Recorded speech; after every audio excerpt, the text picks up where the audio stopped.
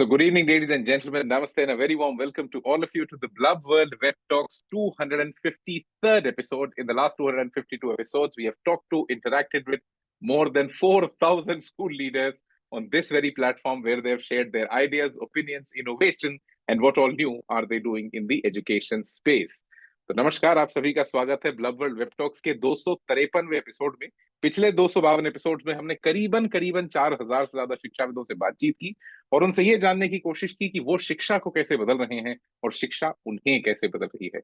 So today as well, in the next 30 to 40 minutes that you are here with us, we'll try to again discuss on a superbly interesting topic that influences the lives of teenagers, because our focus target audience at the Blub World magazine, at the World Teen Parliament, at the World Teen Awards is basically teenagers. We'll be starting this conversation around something superbly interesting, which started as typically something that made the lives of universities easier. But this is something that now is viewed in very different facets by different stakeholders. Some feel that, AI is typically judging who gets into the university, who does not. Some people think it's just a marketing mechanism. It's a funnel. We'll be able to streamline admissions with it. What do the school principals think? What do the teenagers think? And what do the university people think? Let's try to know from all of them that are universities really getting driven by AI? And if yes, will college admissions be decided by algorithms? So are we getting on that track where technology will typically pick and choose who gets into the university and who does not? This is something that we'll try to know from the experts today. Let's see what they have to say on this. Let me invite the first speaker for today. A very warm welcome to Mr. Nirmal Rao, who's the Chief Marketing Officer for GITAM University from Bangalore, Karnataka, India. Nirmal sir, over to you for the next 3 minutes. Please unmute yourself and a very warm welcome. I think today every university is looking for the best quality of students. Getting in the best quality of students leads to a virtuous cycle within the university, where the faculty are more interested to take a class. The research endeavors of the university is encouraged from the student cohort. The parents are happy that their students are getting a bright future. So it's a long list of a virtuous cycle. Having said that, the scale of applications is far too humongous. And we definitely have to use both intelligence and artificial to decipher, to get a base case of what could be a good quality student. India is still having one of the lowest GERs in any developed economy. I think we are a developed economy. We're going to be soon the 4th largest economy in the world. But we still have a lot of people within the university ecosystem who, in addition to the inputs coming from tools, and AI is one of them, we have so many other tools, will continue to individually counsel students, the human interface, and figure out what should be the right career choice or a program choice for these students. Thank you so much, Nirmal. You're very right when you say that, yes, this is one more, use case, technology, AI, yes, it's being used in admissions, but the scale of application is something that has to be now looked into. Because when we look at India, you're very right, we have a very low enrollment ratio. And when that happens, and when we have a huge, humongous population to teach, it becomes a challenge when you want to do it without technology. Thank you so much. Let me invite the next speaker for today. A very warm welcome to Mr. Pankaj Belwariar, who's the Director of Communications for SRM University, Amravati, Andhra Pradesh. Pankaj, what's your opinion on it? You have been an individual who's been involved in the media space for quite a long time. Then you have got into admissions. So what's your take on it? Because in the media industry, AI has, eaten away jobs like anything. So what's going to happen in the university space? Over to you and a very warm welcome. Good evening, Daksh. Good evening, everybody, all the participants. It's a very interesting topic of integration of AI in the university and also in the process of admission, and how it is going to help the admission, and whether it is going to be taking over, the algorithm will be taking over the admission process. Let me start from the very process, the way a student wants to take an admission today. So if you see the plethora of options available to a student who is aspiring for admission in undergraduate program in a university or a college, we have a plethora of options available. So even if you look at the various streams which are engineering, management, liberal arts, social sciences, which are available, in every stream of the of the graduation course which are there are multiple options available. I'll just talk about maybe engineering. Engineering in my university has got around 6 domains where we do engineering. It is hugely dominated today by computer science engineering. Now, if you look at computer science engineering per se, it is a very broad topic which we say computer science engineering. It is getting dominated by, within computer science engineering, it's called AI, ML, deep learning, cybersecurity, the future of technology, IoT, and all that is being there within that. So when we do integration of AI in the admission process, prior to that, it is important for the students to figure out what is the program that they want to select. In most cases, when we do counseling with the students, they are not very clear. So in the admission process, we go out to various schools. Many of the principals who are here, we do an outreach program where we do career counseling for them. It is very important for us to explain them what are the various streams which are available, how a cybersecurity is different from AI, ML, how IoT is different, what is the various things that we teach, and how civil engineering and mechanical engineering is going to be changing their lives.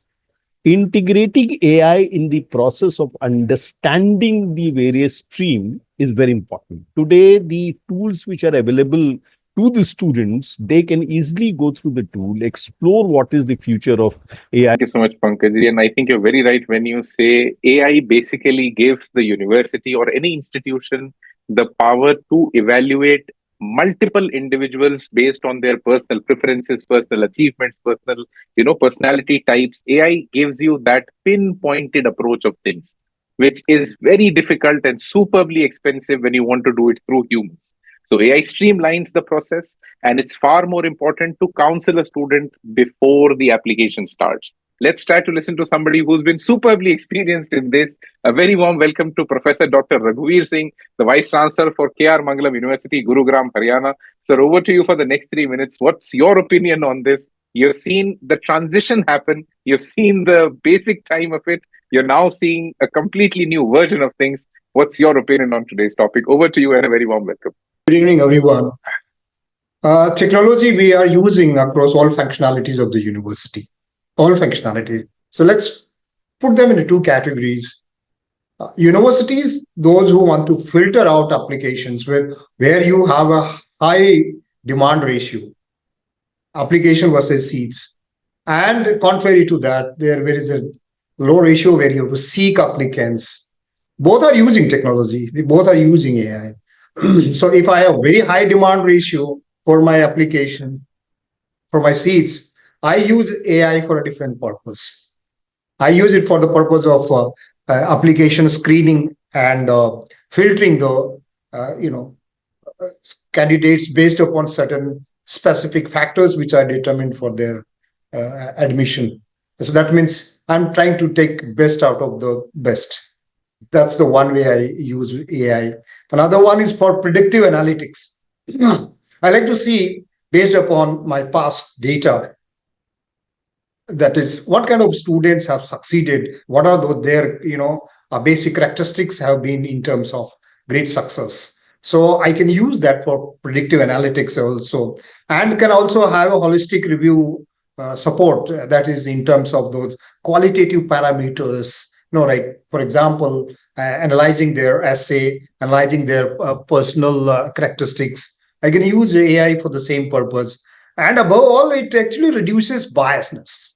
It's a very fair model where the human intervention is least. The biases, it might relate to regions of nationalities, even the religion, or various other aspects. That kind of bias could be reduced drastically. Now, that's for one kind of institution. Another kind of institution, the entire admission process, I can put it on AI, like tracking my applicants and what stage each applicant is, because that data is humongous. Using leads, you get lakhs of leads. When you use marketing tool, lakhs of leads. How do you actually manage what stage they are? Physically, it's very difficult to track all of them.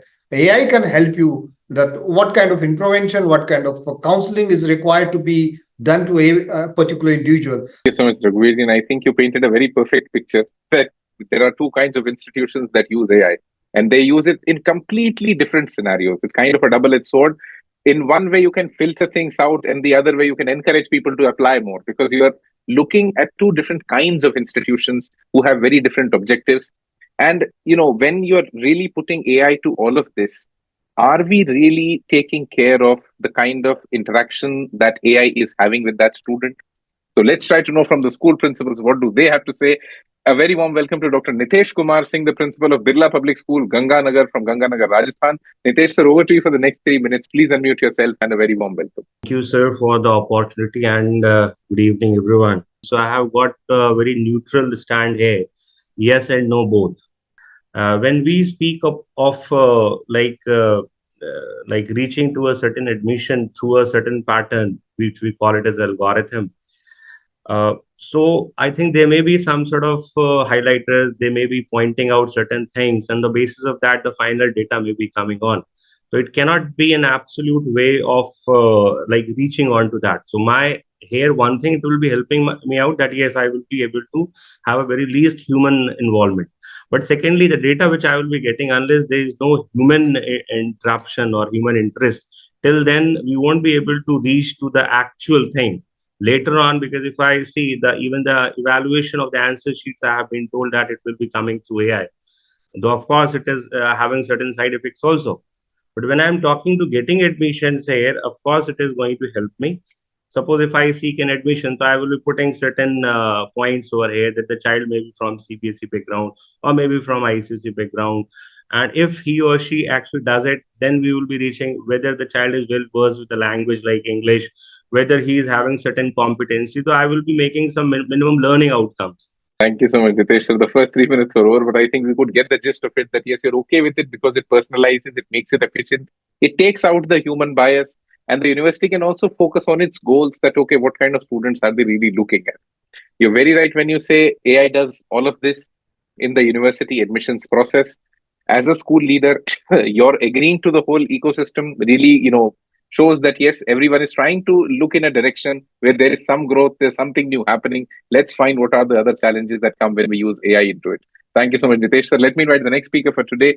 A very warm welcome to Mrs. Farzana Syeda Parveen, the owner and director principal for GD Goenka Public School, North Lakhimpur, Assam.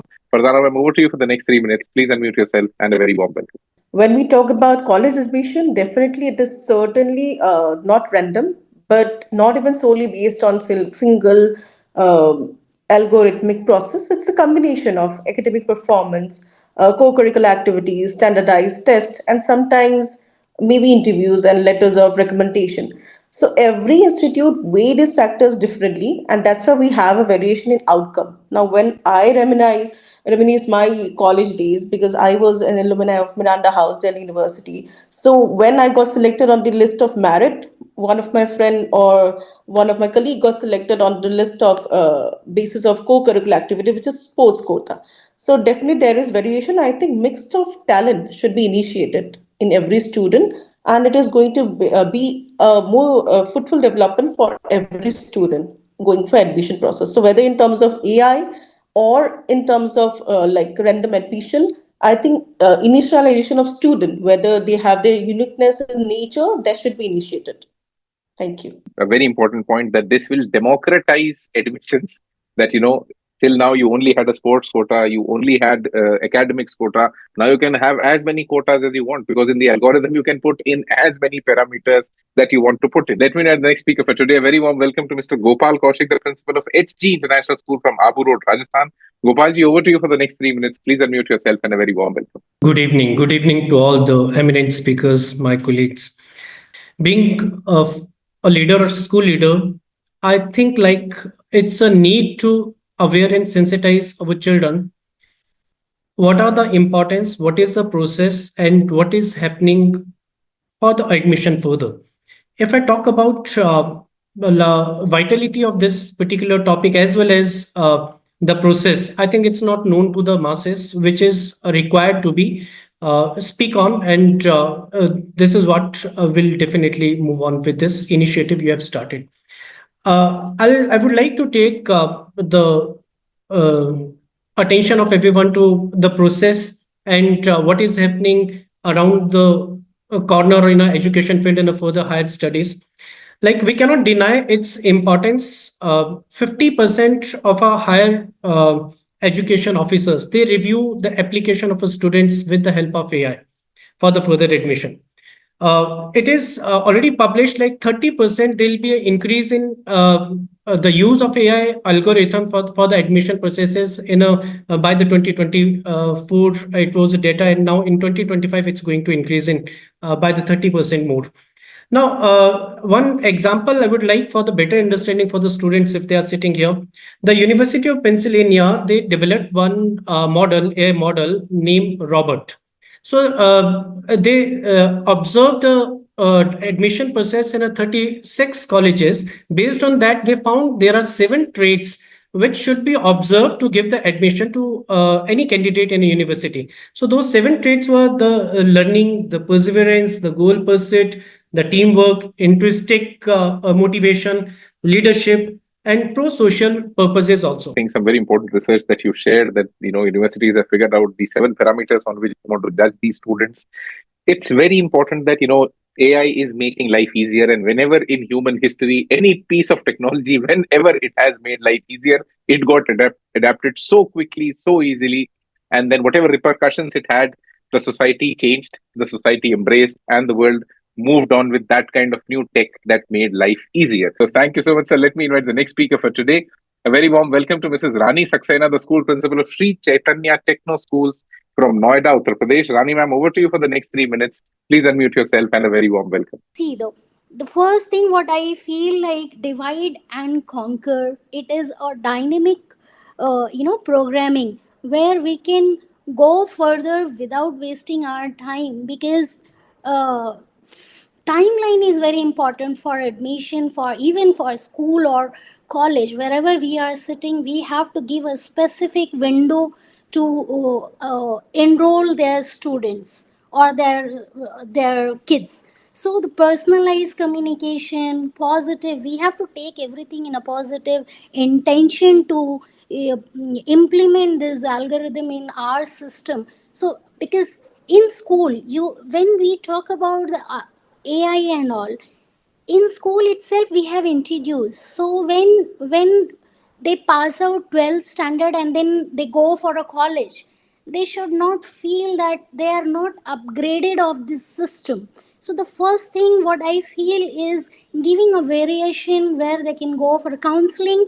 Different part of counseling we emphasize in school, but when it comes for a college, we have to give a vast horizon and vast, where variation to the students, and we have to check whether the few students will always go with the parent interest. Like few parents, they want to see their student to their child as a doctor, but the student having a best interest in AI tools. So in when we go for this process, this dynamic program, I'll call it as a dynamic program where we can check the ability, the best outcome of the student. Rani ma'am, it adds personalization. AI makes things far more simpler. It gets more representation. I think most of us agree on one point that yes, AI is making life better for at least the universities and the students who want applicants who want to get into universities. But let's see what the teenager really thinks about it.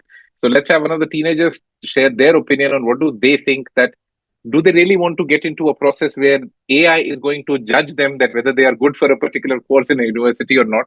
What do they feel about it? And they really know that most of the universities are using these tools. So what are their opinions on it? A very warm welcome to Ms. Eva Singh, who's a grade 12 student from Allenhouse School, Ghaziabad, Uttar Pradesh. Eva, over to you for the next 3 minutes. Please unmute yourself and a very warm welcome. Thank you so much, sir.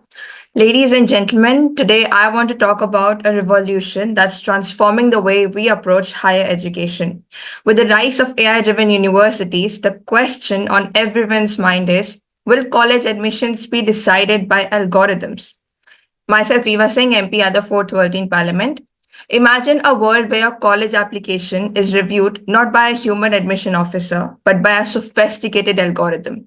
A world where your fate is determined by a complex set of data points and machine learning models. A world where a super smart robot isn't fighting bad guys, but deciding if you get into college or not. This may sound like science fiction movie, but it's already a reality. Many universities are using AI-powered tools to streamline their admission processes, from automated essay grading systems to predictive analytics that identify high potential applicants. But is this a really good thing? On one hand, AI-driven admissions can help reduce biasness and increase efficiency. So much, Eva. I think a very important point that you made, that when machine models and when typically algorithm decides admissions, we really forget that humans are far more complex than just certain data points. Do we really want to build a society? Do we really want to build an ecosystem where humans just become those small little data points that the algorithm reads? Thank you so much, Eva. Let me invite the next speaker for today. A very warm welcome to Ms. Syeda Umme Kulsum, who's a grade 8 student from MS Creative School, Hyderabad, Telangana, India. Syeda, over to you for the next 3 minutes. Please unmute yourself, and over to you. So today, let's dive into a thought-provoking topic that's sparkling debate around the world. AI-driven universities. Will college admission be decided by algorithms? Hi, this is Syeda Kulsum from grade 8 MS Creative School, Rajasthan branch, Hyderabad, India.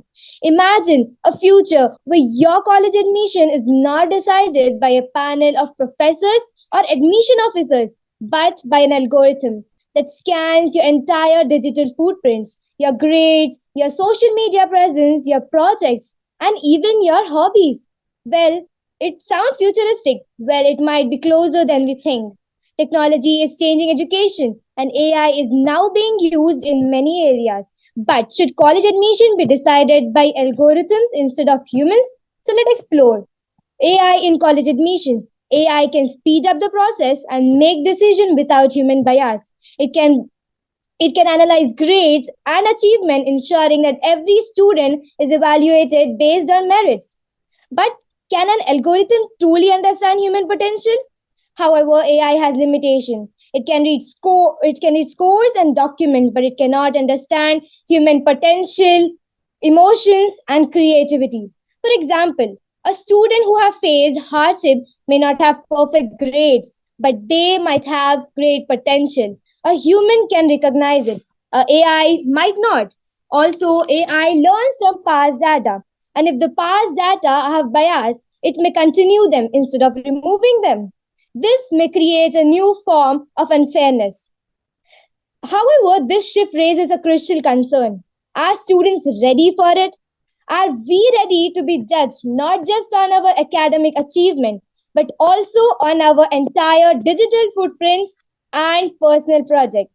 The best solution, I think, is humans plus AI. Instead of fully replacing humans, AI should be used as a tool to assist in admissions. It can help process applications faster, but the final decision should be taken by the people, humans who understands emotions, creativity, and potential.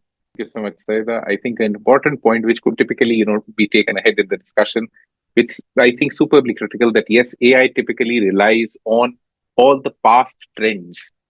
And a lot of times you cannot predict the kind of human that it will develop into, or an individual develop into, even when they might have a tainted past. Humans can change. They are not only driven by trends, not only driven by their past. In the future, if you give them the opportunity, there are chances that a human can transform himself or herself. So we've listened to all the speakers for today. Let's once again go to our special speakers who are the experts in this domain, who understand that yes, AI is coming into the higher education space. It is being extensively used. They understand the scope of application, the scale of application. What are their closing thoughts on it? And do they have any tips for teenagers and for schools who are now looking at this scenario from the other side? Because for them, it's not an operational efficiency issue. It's an issue of their future. It's an issue where, their life gets impacted. So let's listen to the closing thoughts from our special speakers. Over to Mr. Nirmal Rao for his closing thoughts, the Chief Marketing Officer for GITAM from Bangalore, Karnataka. Nirmal sir, over to you. It's a world of choices. The kind of choices available to the children today was never even imaginable during our times, I had only two things to do, to either become an engineer or a doctor. Anything else was looked down upon. The kind of choices available to the students today, from School of Humanities, Architecture, School of Sciences, I mean, it's huge, right? So, Nirmalji, I think a very important conclusion to this as well, that yes, don't leave it to AI. You have the choices, but again, it's exactly like moving from that TV screen to that OTT. The kind of time and effort that you put in, that what do you want to cast on your screen, you'll have to put far more time in selecting where do you really want to go. Let's now listen to Mr. Pankaj Belwariar, the Director of Communications for SRM University. So over to you for any tips, any closing thoughts on what do you think? What should teenagers be looking at? What should schools be looking at? And how should they be tackling this from the other side when they want to get into a university? You see, apart from the admission process, what I want to tell the teenagers is that when they are entering into the education of UG, further in PG, and then getting into the employment in this thing, they are in an era where AI is coming in a big way. We cannot predict at this stage how AI, how big, how dominant AI will become 5 years down the line. But it is definitely going to be part of your life, part of your system, part of your organization, part of your academics, everything. So the point that everybody is making is very this thing, that integration of AI to your process, to your system, to your decision-making process, to your evaluation, to your processing of the application, to the processing of the data, processing of the information is going to be important. But human intervention in this thing and your self-analysis of the information received through AI is going to be important. So when today the important thing which I said in my initial speech is that the students will have the opportunity to learn the importance of various streams and the relevance and the reference and whether it is matches the choice. The searching of the institution, the search of the institution where they want to go is also a big task today. More than 1,000 of university exists in this country. A search that which is the program that I should go, which state, which place, which university should I go.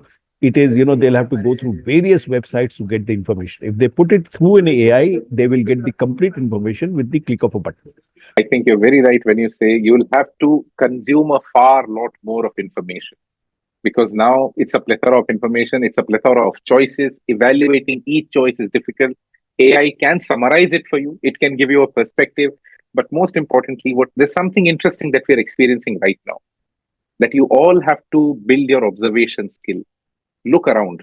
Even the AI bots that most of the society is using can be easily influenced. Grok has a very different political opinion. ChatGPT has a completely different political opinion. DeepSeek brings in a new perspective to things. And the bad part about this is that AI's opinion can be paid for. Somebody who might own it can tell it that this is what you have to say. And the problem is there is so much information that a student will not be able to make out what is really right for me, what is really wrong for me, because at the end of it, we are not able to develop wisdom in a school. We're able to teach them some a bit, we're able to give them some data, some curriculum, but wisdom is something that we are not able to successfully give to every single student. And now that skill has become superbly critical. Let me make you a little more frightened before this call comes to an end so that you have an interesting takeaway. Most of the insurance companies in the United States purchase data from food delivery apps so that they know your eating habits, so that your premium can be increased, so that your cover can be lowered, so that they can averse their risk. Why can this not be done in the education space? Why should the university not have only the performers and leaving very little space of growth for the non-performing or the average student? Some food for thought. Thank you so much, everyone, for being a part of the Blub World Web Talks. This was the 253rd episode. I hope you enjoyed. If you did, and if you want to attend the future sessions, open your audio, say a big yes, and thank you so much for being a part of the session. Namaste.